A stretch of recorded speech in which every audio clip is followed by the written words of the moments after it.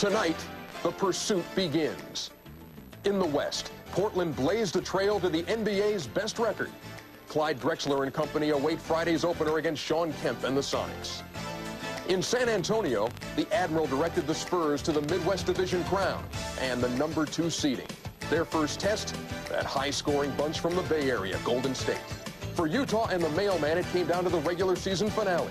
A loss dropped the Jazz to #5 in the West and put them on the road to Phoenix, where the banged-up Suns are well down the road to recovery. In the East, Detroit, bolstered by the return of Isaiah Thomas, begins another title quest Friday against the up-and-down Atlanta Hawks. Question marks abound in Boston, where the Celtics hope Larry Bird can answer the bell after another round of back problems. The Pacers hit the parquet Friday night looking for a first-round upset. Charles Barkley, rebounding from a late-season knee injury, leads the Sixers into Milwaukee. The Bucks were 33-8 at home, one of those losses to Philly. Tonight here on TNT, an opening night doubleheader.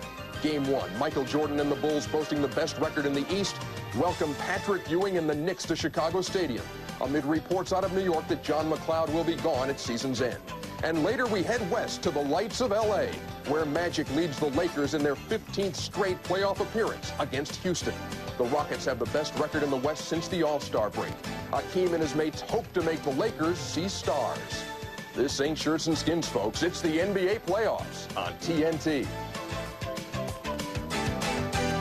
And so the table is set for an NBA playoff feast here on TNT. Good evening, everybody. Ernie Johnson in Atlanta. And over the next 30 days, we will be here taking you from the best-of-5 opening round series to the best-of-7 conference finals. In the next 7 days, we'll bring you 6 doubleheaders, starting with the Chicago Bulls and New York Knicks from Chicago Stadium in just a couple of minutes, followed by the Lakers and Rockets from the Great Western Forum. And, of course, we'll keep you updated on other action with bonus coverage as we take you live to the sites of other first-round games. Here in the studio, I'll be joined by a number of NBA experts. Lenny Wilkins next week, Matt Gukas this weekend, and on these first 2 nights, it is our pleasure to welcome Hall of Famer Rick Barry. No time for small talk either. Who's going to survive this thing in the East and West? Well, right now you'd have to go with Portland and then perhaps with Chicago, but I wouldn't count on it. A pretty dangerous road there in the Western Conference. A lot of talented teams. Well, there certainly are. A lot of talent on both the Blazers and the Sonics individually, but I think the Blazers have the better team. The Suns and the Jazz, it's a health situation there. If Kevin Johnson, Tom Chambers, and Dan Marley are healthy, I think the Suns will prevail. The Jazz don't win well on the road.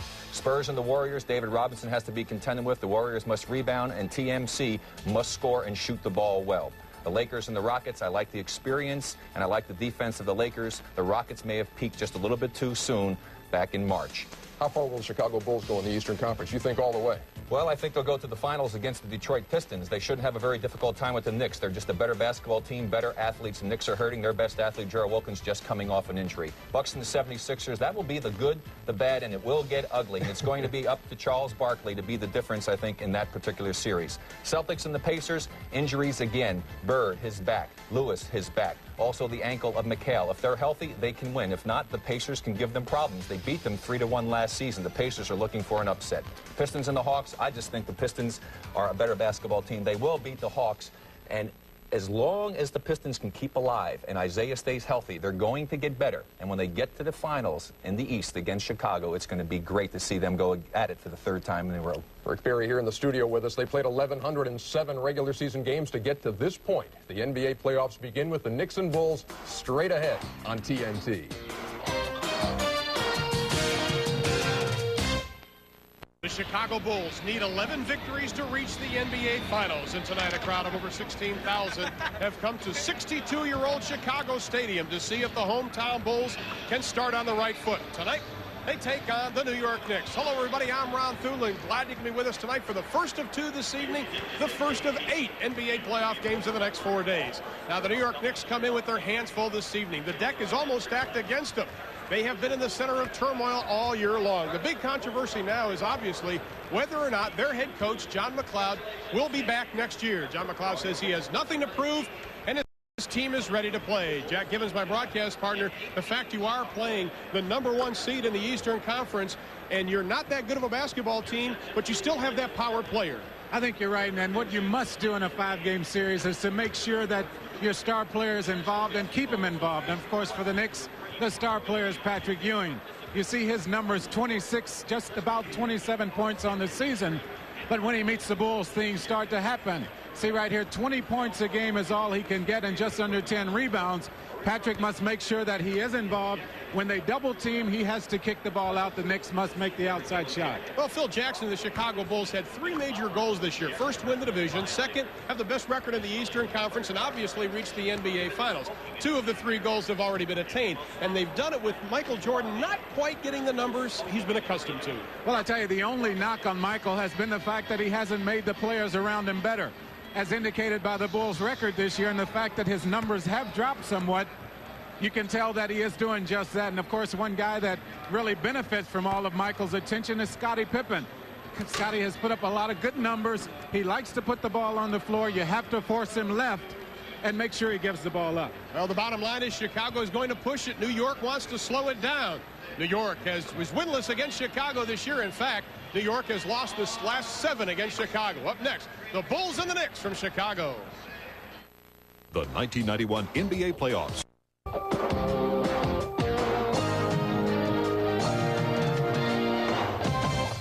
Welcome back to Chicago Stadium, where we are set for the New York Knicks taking on the Chicago Bulls.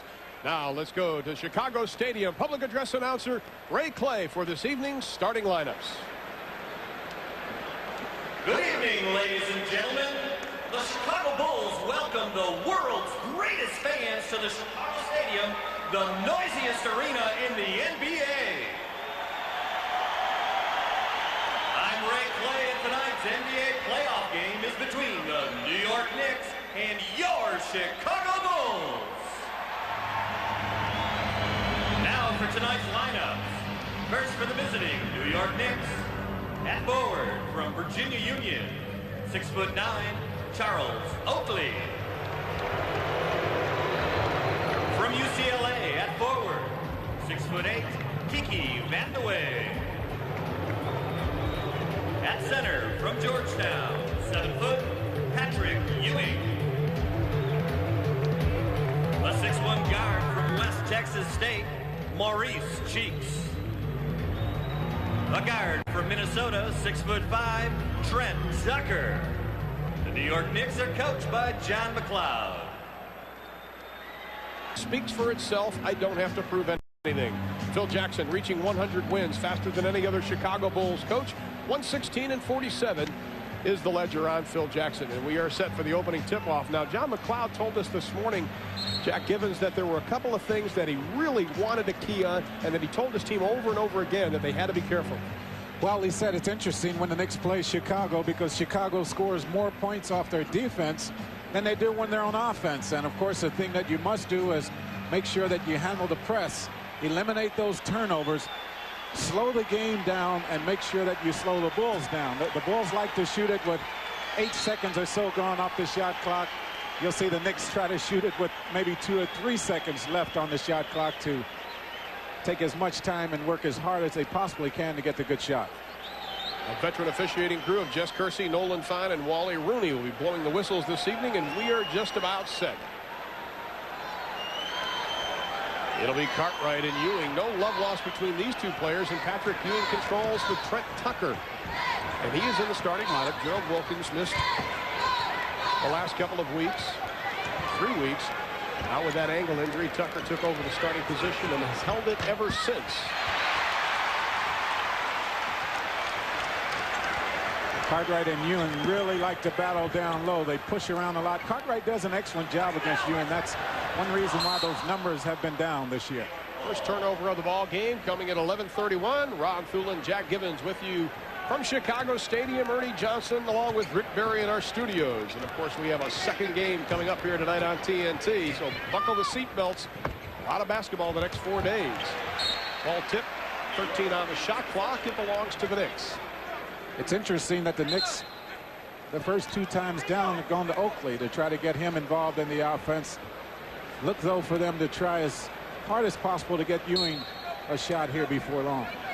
For Chicago wearing the all-black sneakers for the playoffs, as has been their custom their past couple of years. And it is Cheeks, the veteran, on Paxson. Had 6 on the shot clock, had some time. 3 on the shot clock. Cheeks lets it go, and we have the first 2 points of the best of 5 series between the Knicks and the Bulls.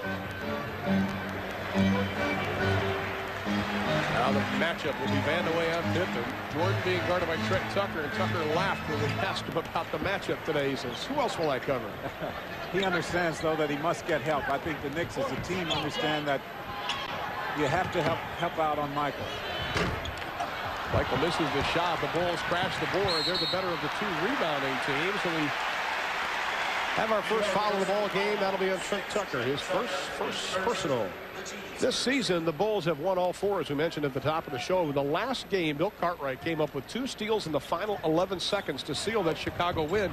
John McCloud says, hey, we've been close to these guys all 4 games. We've had a chance to win it. Pippen shot won't go down. Ewing battles. Oakley gets the rebound. Oakley third in the NBA in that category. Oakley does a good job on the offensive boards as well. Ewing on Cartwright. And that'll be a blocking foul on Cartwright. Cartwright's used to getting Patrick Ewing in foul trouble early in the 4 meetings between these two teams. Remember that 3rd meeting of the year, New York led by as many as 24, only to have that lead disappear. Tucker's shot will go down. Good hustle by Oakley. Despite the fact you have 2 of the best rebounders, New York is not a good rebounding team. No basket. That is a traveling call. But still, that's going to be a matchup we'll have to watch here tonight, that matchup between Ewing and Cartwright. They do a lot of pushing. Ewing that time might have gotten away with the forearm. That's why the officials were a little bit quicker to call to travel in that situation. Chicago going into their triple post offense as designed in 1962 by Tex Winter. Cartwright just takes it away from Oakley.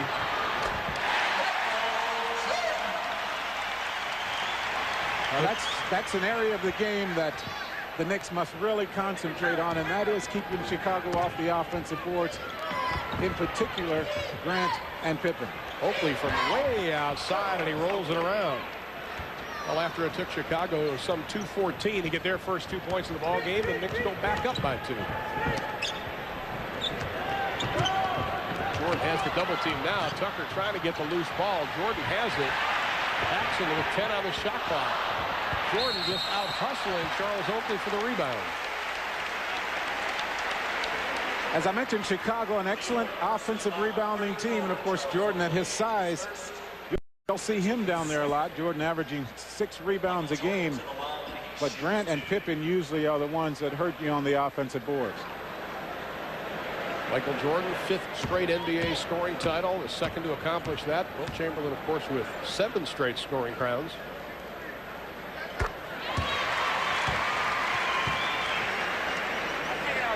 The numbers on Michael Jordan, 3 tonight for Jordan, and the Bulls have 3. Jordan, for the year, 31.5, but his playoff average in his career, 35.8. Talk about elevating his game, including a couple of consecutive 50-point games in a series against Cleveland. Now you had that one game where he had 63 points. That's a playoff record. At the 1986 versus Boston. Tied up at 4, 9 minutes remaining in the first quarter. Sheets gets away from Paxson, takes it all the way to the hole, doesn't get it, but Oakley is there for the tip. Well, we talked about the Bulls going to the offensive boards. I mentioned Oakley, 304 offensive rebounds on the season, so that's something that you'll see him doing a lot tonight. Cartwright in the left block, Ewing on him. Grant. Chicago having trouble finding the range with just about 8.5 remaining in the first. They are now just 1 of 7. Now Ewing is fronted by Cartwright. Cartwright battling for position. Ewing would rather be on the left side of the floor. Baseline, high arc, and goes down. That's a shot the Bulls would like to see Patrick shoot, and he is more effective when he catches it down low and takes it to the basket. Well, you're going to hear this crowd very loud tonight after what happened to the Chicago Blackhawks being eliminated in the Stanley Cup playoffs as Horace Grant gets his first 2. In fact, Phil Jackson said that is one of the points he has brought up to his club. Hey, the Blackhawks had the best record in the NHL. They were ousted. Let's not have the same happen to us. I think you must point those things out to your team. That's a good example right here close to home for Chicago. That should serve as incentive for them to be up for this series. 2 times down the court. Cheeks has found the lane wide open. This time he connects. He has 4. Pippen down the other end. Patrick Ewing says, here's a souvenir for the fans. And he stepped out. Ball belongs to the Bulls. Ewing 3rd in blocks this year. John McLeod knows you can't let Scottie Pippen take it into the paint like that. Well, I'll tell you, it was nice to see Pippen, though, push the ball down the floor. Now Nolan Fine says, wait a minute. There was really not a change of possession. There should be some time off the shot clock. Nolan will walk over along with Jess Kersey and try to figure it out with the scorer's table with 7:38 left to be played in the first quarter. The Knicks by 4, 10-6. Of course, New York, all the players we're talking about today have practiced that, hey, let's not worry about the record. Remember what we did to Boston last year. They have the home court advantage. Well, any positive that you can point out at this time of the year you have to use in that series against Boston last season. Definitely a plus for the Knicks. Tucker, the 3-point threat, 2nd in the NBA in that category. He doesn't get his first. And here comes Pippen on the break. This is what John McLeod did not want to happen.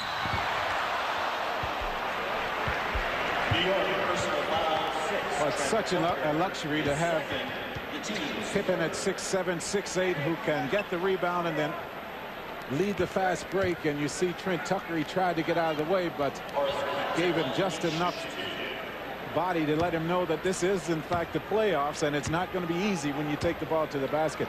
It'd be interesting to see the first time Michael Jordan gets open and takes it in there, because one thing that the Knicks really talked about was making Michael work on defense, and when he brings the ball to the basket, make sure that he knows he's not going to get anything easy. Horace Grant says his high school friends thought he wouldn't amount to anything, so this is even more satisfying being in this position as he hits both free throws. Chicago now 4 of 4 from the charity stripe, and they trail the Knicks by 2. 7:10 left in the first.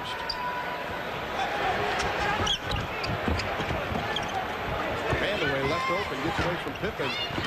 Shot won't go down.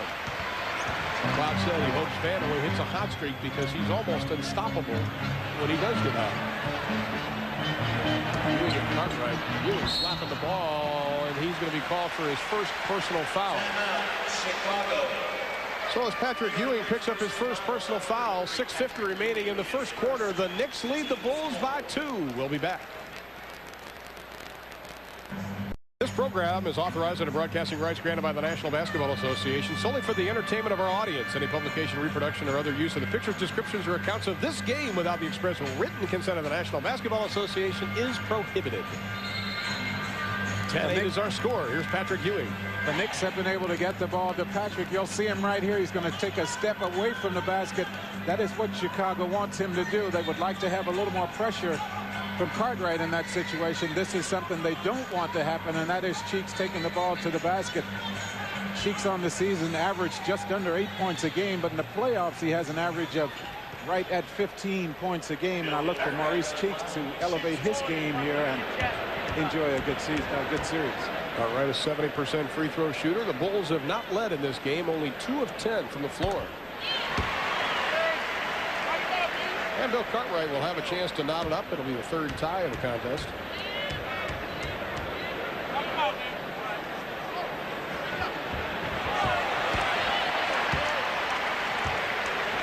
Six points for Chicago from the free throw line. Here comes the fireman's drill press, Chicago calls it. Now they back off. They like doing that out of timeouts and at the change of quarters. And the way baseline throws up the shot won't go down, and we've got a foul. Kiki Vandeweghe didn't make his first shot from the outside. I thought he shot it just a little quick. That time he used the screen of Ewing down low very well, put the ball on the floor, and picked up an opportunity to get to the free throw line. At the free throw line will be Kiki Vandeweghe as Cartwright picked up his 2nd personal foul. Trent Tucker with 2 fouls for the Knicks. Vandeweghe 90% on the year, averaging 16 points a ball game. He has played in 75 games this year. Considering the last 3 years, he's played in only 37, 45, and 22 ball games. This is quite a season for Kiki Vandeweghe to stay healthy. Well, that was the main thing for Kiki coming into this season. They wanted to get a maximum effort out of him, but they wanted him to stay healthy. He has been able to do that and has helped the Knicks this season. Tucker trying to stay on Jordan. Does a pretty good job defensively. Ewing with the rebound. Fifth in the NBA in rebounding. Now Patrick and Cartwright again. Cartwright really leaning on Ewing on the left block. Tucker for three, doesn't get it. 0 for 2 from three-point land. Ball belongs to Chicago with 6:02 left in the first. Well, that shot by Tucker from the corner, a good shot, but that's the shot the Knicks must make here, because you know when Patrick catches the ball down low, the Bulls will double team and in some cases triple team to make sure Patrick gives the shot up. Those outside shots are not going. The Bulls will continue to play that way. Tucker now 0 for 3 overall. Pippen in the paint, turn around over Vanderbilt.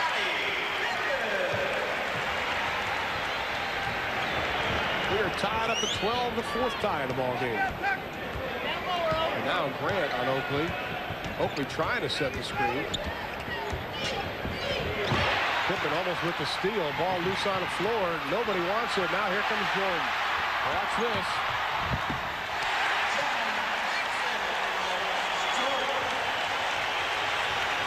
Now you've got the crowd in the ball game. That is another thing that the Knicks could not afford to have happen. The Bulls with their first lead at 14-12. Cheeks again to the paint. To Paxson, to the hole. Goaltender.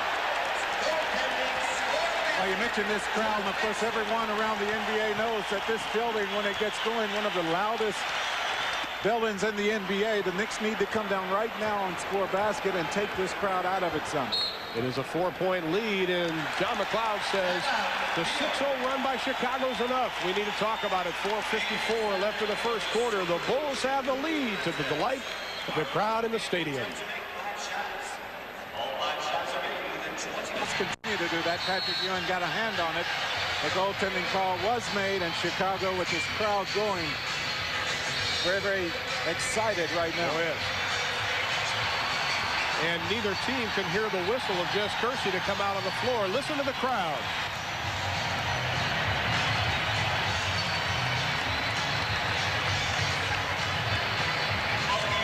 It is extremely loud, to say the least, in this building. That young man just won $1,000 by hitting 4 shots from the outside. And I'm sure John McLeod right now could go for a couple of those shots from the outside to quiet 16,000 plus in the stadium. I tell you, during timeouts is a real good opportunity to get the crowd involved, in a situation like that is one that this crowd needs to make sure that they stay in this game. Chicago's got it. Well, the Bulls healthier than any team probably in the NBA, which has been a key for their success this year. Cartwright looking to see where his teammates are. Fall away. It's real tough on a coach when you come out of a timeout situation and you don't get a good shot. The Knicks turn the ball over. Here it is. Almost turned it over again. Wilkins is in the lineup for Tucker as Vandeweghe forces his way in. But he's able to draw the foul with 4:14 showing up the foul. You mentioned Wilkins, Gerald Wilkins, checking into the game during that timeout. Wilkins, of course, missed all those games right at the end of the season, but he says he does feel good. Of course, conditioning is the real problem right now. That's tough when you sit out 3 weeks. Well, it is, especially when the guy you guard is Michael Jordan. The fact that he has been playing and closed out the season playing very well, it makes it even more difficult. Kiki Vandeweghe, who the 3 previous years scoring shooting percentage dropped considerably, down to 44% last year, back up to 49% this year. Perfect from the line. He has 4, and the Knicks are within 4, and we're nearing the 4-minute mark in the first. Chicago yet to go to their bench, and if there is an Achilles heel, which some say it is the Chicago bench, Grant does a good job battling for the rebound, but he can't come up with it. Only 3 Chicago players are in double figures. Not very balanced scoring on this ball club is Vandeweghe, who hit 36% of his 3-pointers this year, cans his first. And the Bulls now lead by 1. Vandeweghe thought about it. He wanted. The defense never came out. He finally decided to go on and let it go. Good decision. Last 7 points by New York, scored by Kiki Vandeweghe. Paxson on top, working that triangle offense. Then they open it up for Jordan, slapped away by Oakley. With 8 on the shot clock, Chicago will have it. Sure, Chicago would like to make Wilkins work on that ankle, force him to play Jordan in a one-on-one situation. To this point, though, Wilkins has done a pretty decent job, and of course the Knicks getting good help from the weak side.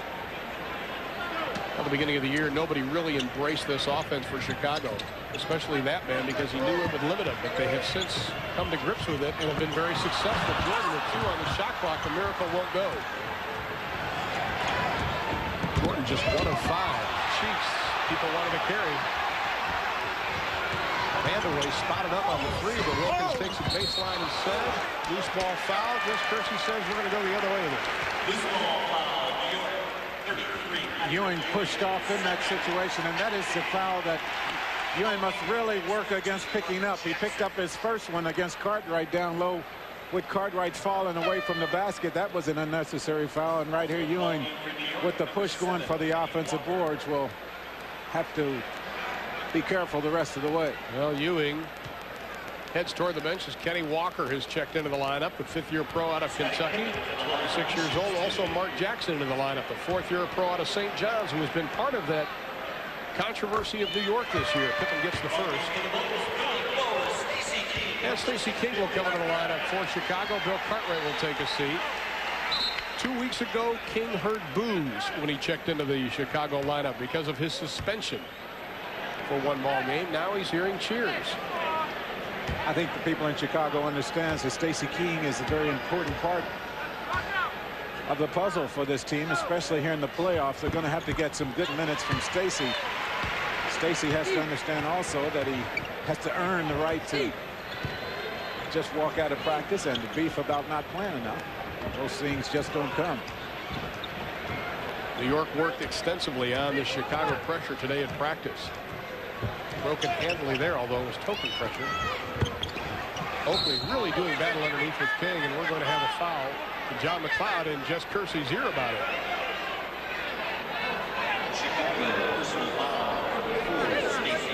King's first. John McLeod not very happy. The former sparring partner for Jimmy Ellis. His family, and wife Carol, 2 children still living in Dallas. He says, I'm not worried about my future. Wilkins won't go down. New York has missed 6 of its last 7 shots as Jordan gets around Gerald Wilkins. To the hole, the left hand will go down. Everybody's tipping it. But the man comes away with it. Oakley just owns the boards. 5 rebounds tonight for Oakley. He averages 12.1 a game. Well, that big body, and he knows how to use it. He pushes off a lot, but he is so smart he gets away with it down low. He was traded from Chicago, or from New York to Chicago. Chicago personal foul, 33, Scottie Pippen. That'll be Scottie Pippen's first personal foul, and New York's in the penalty. Kenny Walker will go to the charity stripe. The first game in these best-of-5 series is so important. The team that wins the first game has won 47 of the last 56 series.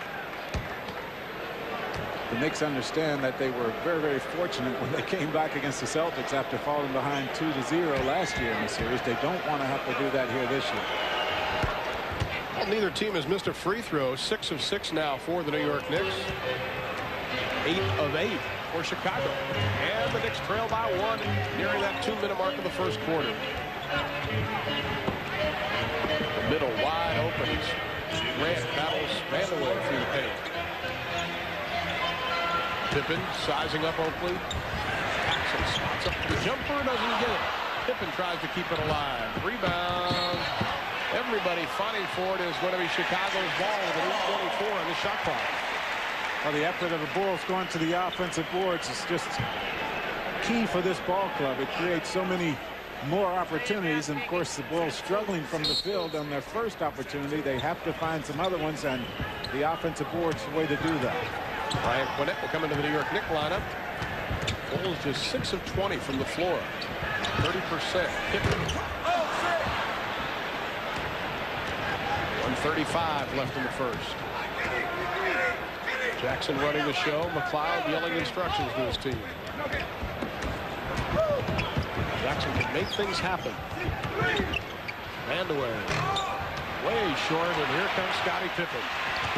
1-on-2 as it's slapped away, but there's a foul called. Well, Jackson will get called for the foul, I think, although Vandeweghe came in from behind and knocked the ball away. Did a good job converting defensively. Knocked that one away, but Pippen will get a couple free throws. Mark Jackson's first. Kiki Vandeweghe takes a seat on the bench, and Brian Quinnett checks into the lineup for the Knicks, the second-year player out of Washington State, a second-round pick back in '89. The third meeting between these two teams. Quinnett 7 of 7 in the first half, as the Knicks opened up that big lead only to have it disappear. Finished with a career-high 20 points, and B.J. Armstrong will come in for Chicago. First free throw miss of the night. Walker out-battled by Horace Grant. Well, there we are once again on the offensive boards, and on the free throw, that should never happen. Oakley with the loose ball. Can't say enough about Horace Grant, the job he's done for Chicago this year. He's the pride and joy of Al Vermeil, the strength and conditioning coach. Added a lot of muscle. He said, now I can push my little brother around. His twin brother, of course, playing for Washington. Walker's shot high off the glass, no good. Oakley wanted a foul. And we have one right at midcourt. Oakley and Grant got tied up under the basket. Oakley stuck his hands out, asking the officials why not the foul. Grant turned around and did the same thing, said why not the foul, as they got tangled up under the basket. And that'll send Michael Jordan to the line. 4 points tonight. Jordan one field goal, 2 for 2 from the stripe. As mentioned, Michael Jordan, 5th straight scoring title, but only once since the 24-second clock was instituted back in 1954 has the scoring champion also won the NBA title. And that was, I'll give you the answer. I'm not going to mention it. Of course, it was Kareem Abdul-Jabbar of Milwaukee. Chicago definitely has here a good opportunity to do that. They feel like they have definitely the easiest road to the finals should things work out the way they anticipate them working out. Pressure now put on by Chicago. Jordan, great steal to Grant, to B.J. Armstrong. Too many passes causes turnovers, and B.J. Armstrong had a chance to go on the left side and take it in. He tried to get one more pass in, much to the dismay of Phil Jackson. But Chicago still has the ball with 21 on the shot clock. You normally see Chicago take advantage of the opportunity when they are able to get the steal and that kind of pressure. Jordan from way outside.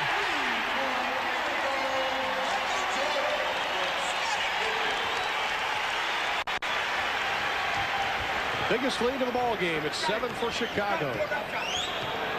Michael Jordan usually accounted for about 33% of the Bulls' offense. This year, only 28.6. But he's done everything else so well. Wilkins loses the handle. The wheels are coming off for the Knicks with 8.2 left in the first. Well, that's what the Knicks wanted to guard against, and that is allowing Chicago to make that quick run like they do so often. Of course, Jordan usually the guy that gets it started. Armstrong for 3.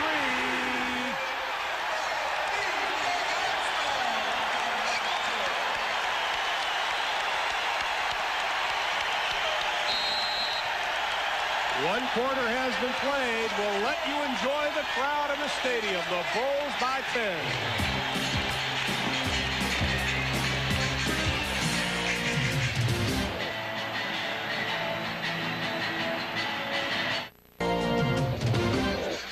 It is a 10-point Chicago lead in the first quarter. Ron Thune with Jack Givens. Now, Phil Jackson says he wants his offense to create shots for others, and that is exactly what has happened for Chicago here in the first quarter. Well, it got up to a slow start for Chicago, but they have been able with their defense to create a lot of opportunities.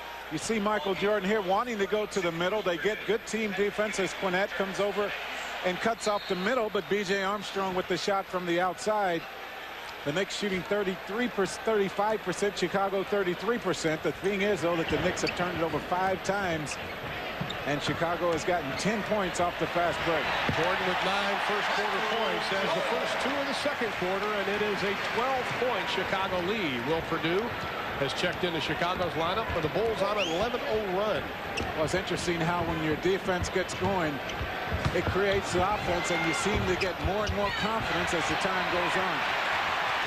The Knicks want to punch it down low to Ewing, but it isn't paying off right now. Grant, he draws the foul.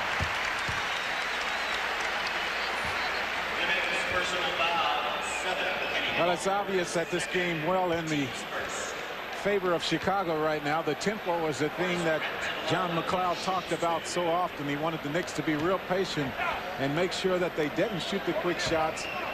They haven't done that. The other thing, as I mentioned, is Chicago's defensive pressure seems to have just picked up a notch or two, and that has created a lot of easy opportunities on the offensive end. Hodges and Jordan out. Greg Hodges checks into the lineup. Hodges, the 9th-year pro out of Long Beach State. Michael Jordan sits down with 11 points. Good look at Horace Grant. A lot of people felt he might be a little bit better off the bench, but he has proved himself worthy of the starting 9. And we've got a foul, says Jess Kersey, as the pressure put on by Chicago. Here's Michael Jordan's last hoop for the Bulls. He puts the ball on the floor as well as anyone. And look right here, he understands Ewing has the 2 personal fouls. Ewing has to back off. Michael with the left hand gets it to go. John McLeod said they want to punch it to Patrick Ewing, get the ball in his hands. He's taken only 2 shots, however. Quinnett for 3. Count it. Well, he has really given the Knicks a boost here in the second half of the season.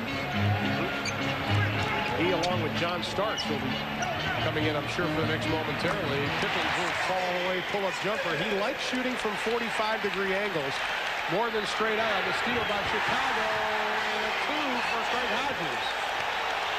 The Bulls wanted 3 on that one, but it's that defensive pressure once again that is paying dividends for the Bulls. Phil Jackson on the far side says, okay, now let's settle down. Walker cutting to the hole, an air ball on a layup.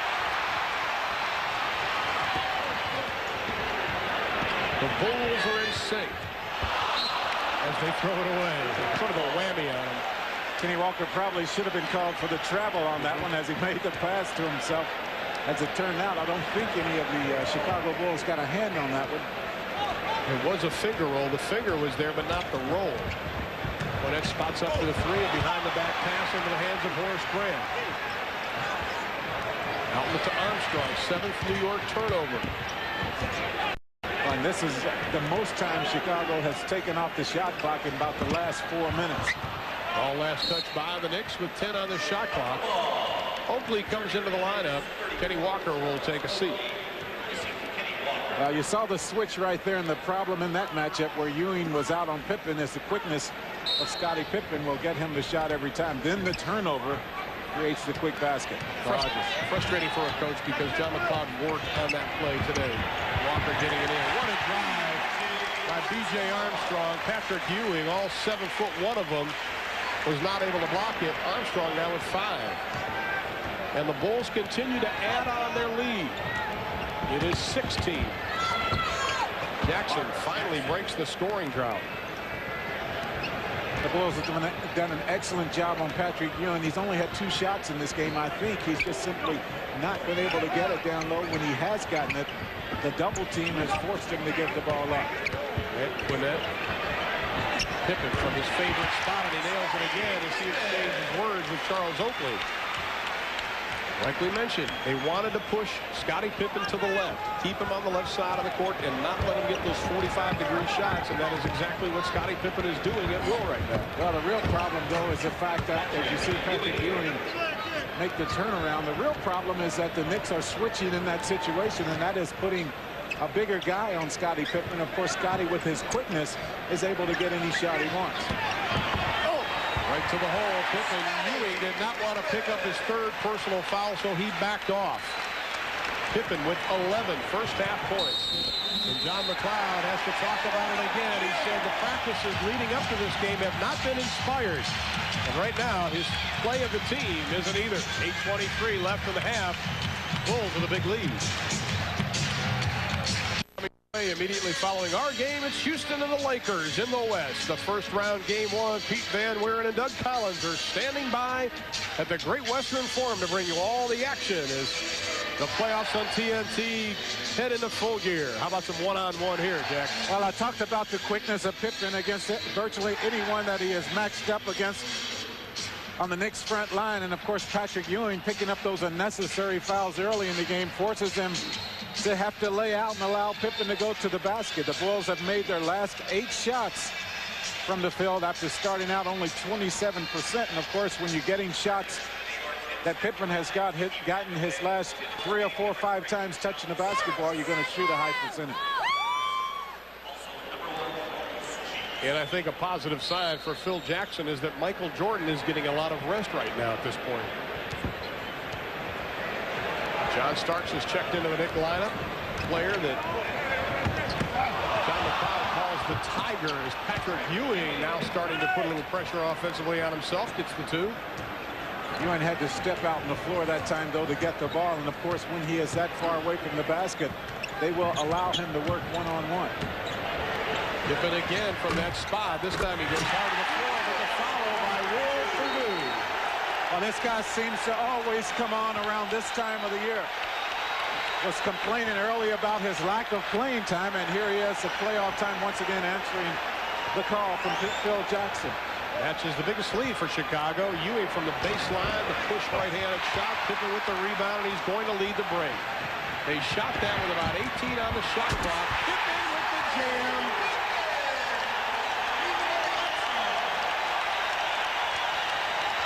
John McLeod said, if we take shots with 18 on the clock and miss, we're dead. And that is what is happening with the Knicks. And not only that, Patrick Ewing took that one from deep out in the corner. That takes away a lot of the offensive rebound. New York totally out of sync. Hodges for 3.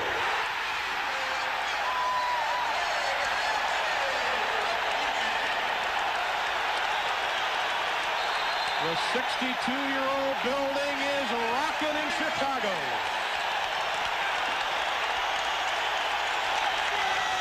The Bulls by 21.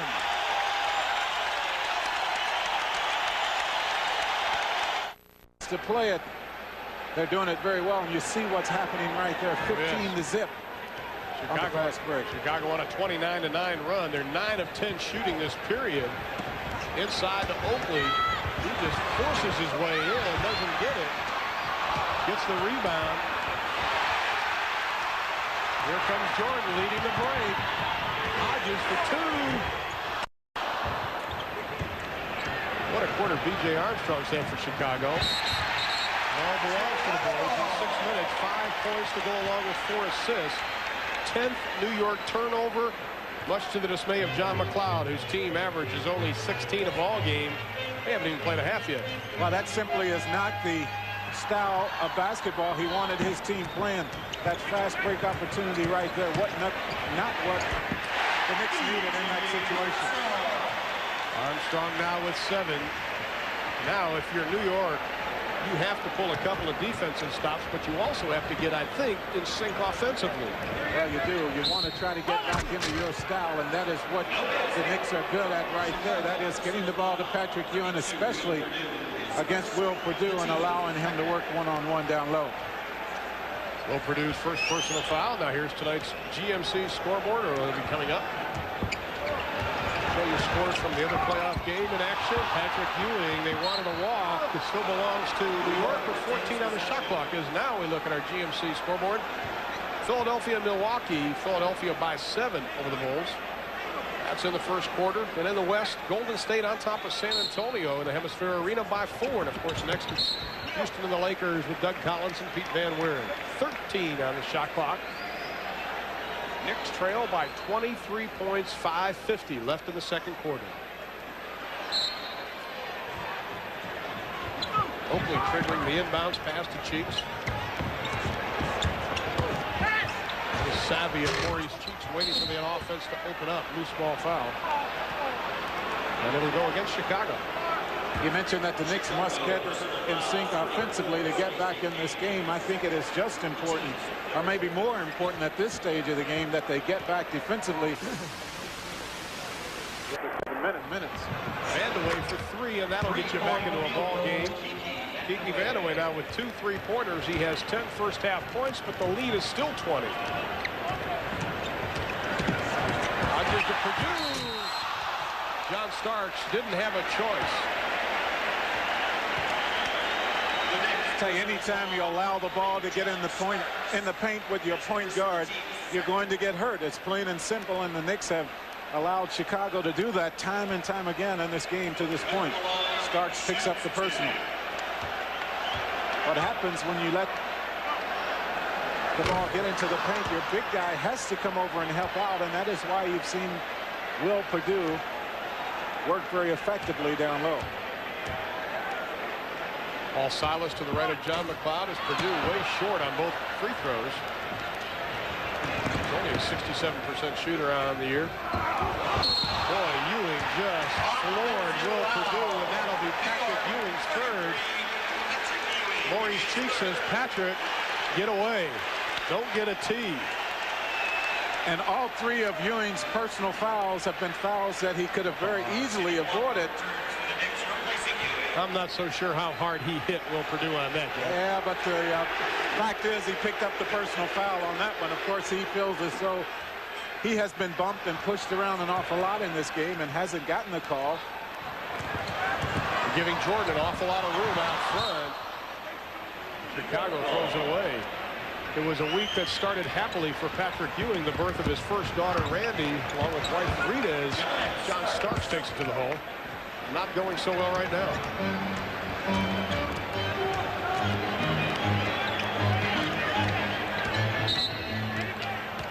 Carrying the ball against Craig Hodges. Turnover for Chicago. We're in Chicago Stadium with 4:50 showing on the clock in the second quarter, and it is the Bulls handily by 18, 51-33 as a foul is called underneath. Bob Thulin and Jack Gibbons. The foul is on Purdue. That's his second personal. Scottie Pippen checks back into Chicago's lineup. Purdue will take a seat. Cartwright also coming in. Paxson coming in as Phil Jackson making some wholesale changes.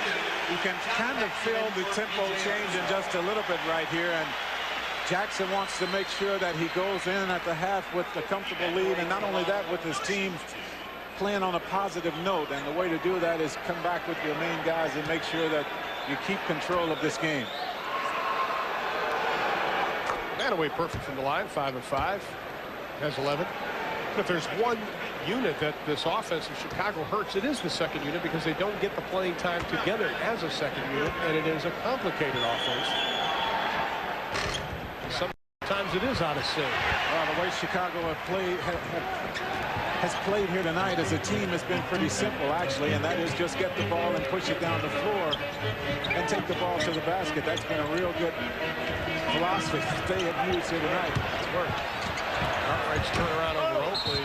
Tipped by Oakley. Loose ball foul will be called against New York, and Oakley slams the ball to the floor. The foul is on Vandeweghe. His first, team third, and Oakley, everybody wanted a technical on that the way he threw the ball down. I think Oakley just a little frustrated, as was Patrick Ewing when he left the game. He feels like all the calls coming on the Chicago end of the floor, nothing in the favor of the Knicks. Jordan walked with it. We'll go the other way. Talking to John Starks this morning about playing Michael Jordan. Now, this is a kid that was in the CBA and is now playing against quite possibly the MVP of the NBA. He says, he's a hero of mine, but I can't be enamored by the fact I'm playing Michael Jordan. I've got to bump him just like Tucker does and play tough. Oakley battles his way in offensively. Ball belongs to, referees check each other. It'll belong to Chicago. Nothing is going the Knicks' way right now. You create those kind of opportunities, though, those breaks for yourself when you play as hard as Chicago has played in this game. The officials know how this game has been going. They understand the flow. And you reward the team that's playing the hardest. That is definitely Chicago. And the Bulls have won a league-high 43 games by 10 or more, and they're on their way to making it 44. Kidd, the bounce pass to Jordan, the cut right to the hole.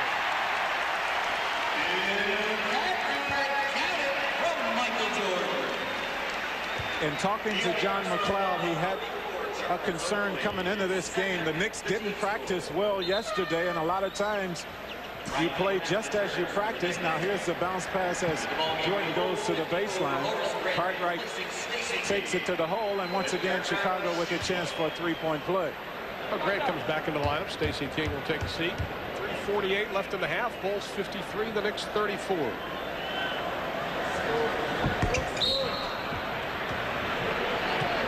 We'll have a lane violation. Cartwright will do it all again. Oh, boy.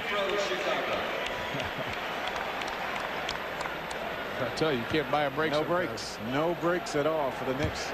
Knicks need to make their own breaks right now. Yes, they do.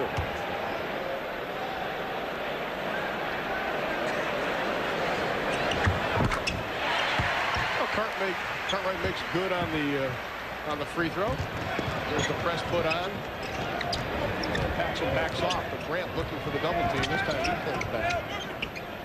Vandaway from outside doesn't get it. Cheeks good positioning on Paxson for the rebound.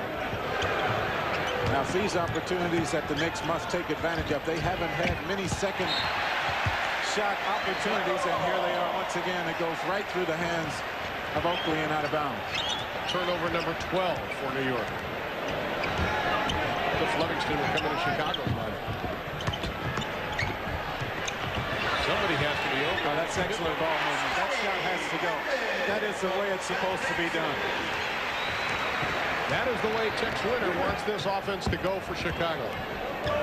A balance between control and spontaneity.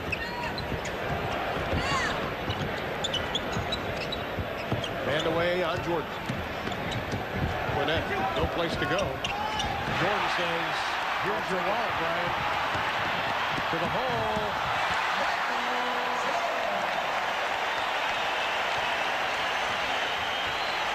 Jordan has only 4 field goals, but he has 13 points, and the lead is 24 and 20-second timeout by the Knicks.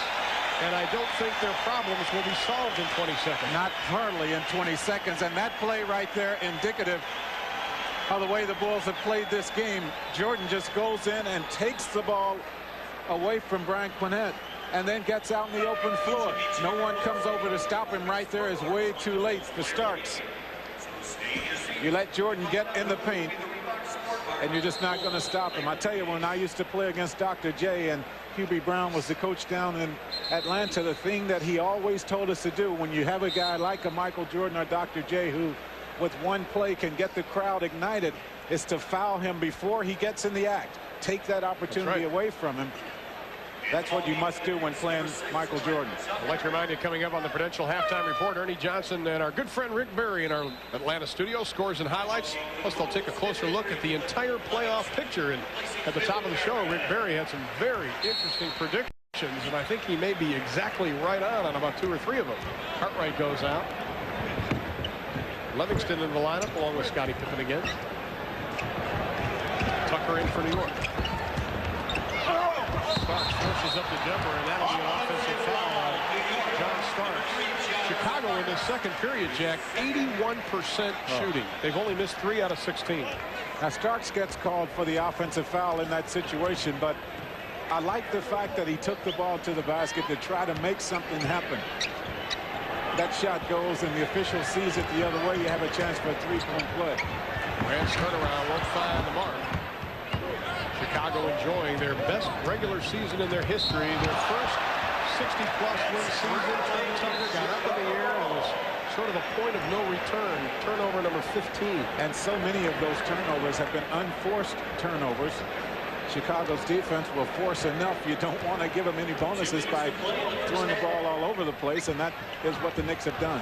10 turnovers this quarter for the Knicks. I really like that Chicago wants to get Grant involved in the offense. You see him continue to go to him down low. He is the only player that really hasn't played all that well offensively in Chicago. Jordan's second three-pointer. The Bulls are on fire. The crowd is likewise. Chicago now has 28 points off turnovers. New York just 5. When you play this way, you don't have to worry about a possible thin bench. And away. A big step inside as it knocked away. With 5 on the shot clock, ball belongs to the Knicks. Scores will keep you updated on Philadelphia by 3 over Dill Harrison Company. Golden State now by 9 over San Antonio. And everybody was saying, watch out for Golden State. You never know what Nelly has up his sleeve. Well, it's not. That's part of it. But when you have 3 guys you can go to at any time, it's very difficult to devise a defense that can stop those 3. Serious matchup problems. Pippen's fouled out of play with 1:05 left in the first half. We've seen right here what you can do when you have 1 or 2 guys you can go to. Chicago has done an excellent job of taking Patrick Ewing out of the game. But when you have 3 guys, as Golden State does, you can't double team because you know you're going to get hurt somewhere. Patrick Ewing on the bench with 3 personal fouls as Scottie Pippen goes to the line. 5th in the NBA in steals, the 4th-year pro out of Central Arkansas. Pippen 4 of 5 now from the line. Central Arkansas in the NAIA lost in the NAIA final this year to Oklahoma City University.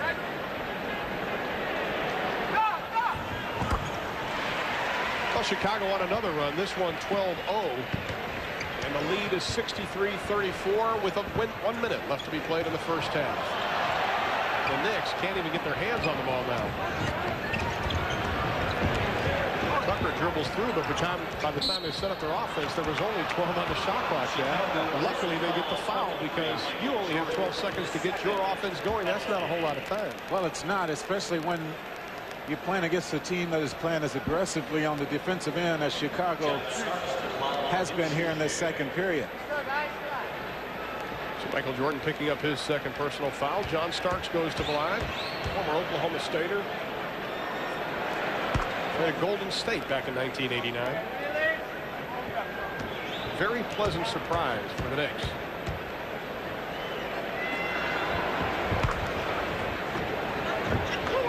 Starks with 4. Inside of 50 seconds. There you see the lead. Spots up. Doesn't get the jumper to go down. Tucker with the rebound. There'll be a 15-second difference between the shot and the game. The Knicks need to get a quick one up so they can have an opportunity for the last shot. That's what Cornette wanted to do. Oakley, great job battling for the rebound, but he doesn't get any help. Hey, that was pure hustle by Charles Oakley, but everybody else was on the other side of the floor. I'll tell you what happened that time is everyone else for the Knicks had already retreated to the other end, and when you're giving up as many easy, fast break points as the Knicks have done in this game to Chicago, you have to get back defensively. No one there left to help Oakley out. About a 1.5-second difference between the shot and the game clock. That is the game clock in the lower right-hand portion. Jackson setting it up. Livingston on top of the key. See if they clear it out for Michael. 3 on the shot clock. Jordan puts it up. Doesn't get it. Rebound. Vandeweghe into the hands of Pippen at the buzzer. It won't go down. But what a 24. I think there is a foul, though. Oakley picks up the first. It is on Charles Oakley. John McLeod will head to the locker room with his team. Oakley picks up his 3rd personal foul, but what a 24 minutes for the Chicago Bulls as Scottie Pippen will try to make it even a bigger lead. And that has to be frustrating for a man that tasted the NBA Finals, almost went there with the Dallas Mavericks. He has tasted success in the league, but right now it is a frustrating time. And here's Pippen on the line. The Knicks are in the locker room, give him a couple extra minutes to talk about it. Pippen hits the first, he'll have the second. He is 6 of 7 from the stripe. 18 first half points for Scottie Pippen.